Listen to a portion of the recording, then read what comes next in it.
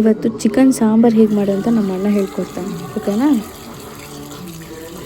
ನೀಟಾಗಿ ಕ್ಲೀನ್ ಮಾಡಿ ಸ್ವಲ್ಪ ಅರಿಶಿಣ ಪುಡಿ ಹಾಕೋಣ. ಯಾ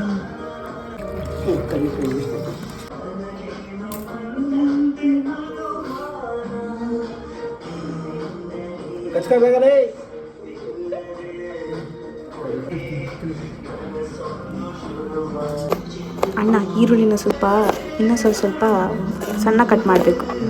ಹಾಂ, ಟೊಮ್ಯಾಟೊ ಇನ್ನೂ ಒಂದು ಟೊಮೆಟೊ ಬೇಕನ್ಸುತ್ತಲ್ಲ, ಬೇಡವಾ? ಸರಿ. ಇದೇನಿದು? ಇವ್ರಿಗೂ ಚಿಕನ್ ಬೇಕಂತ. ಓ ಸರಿ, ಗ್ರೈಂಡಿಗೆಲ್ಲ ಹಾಕಿ.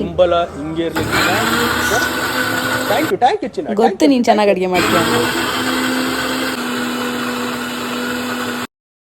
ಚಿಕನ್ ಏನೋ ಆಯಿತು, ಬಟ್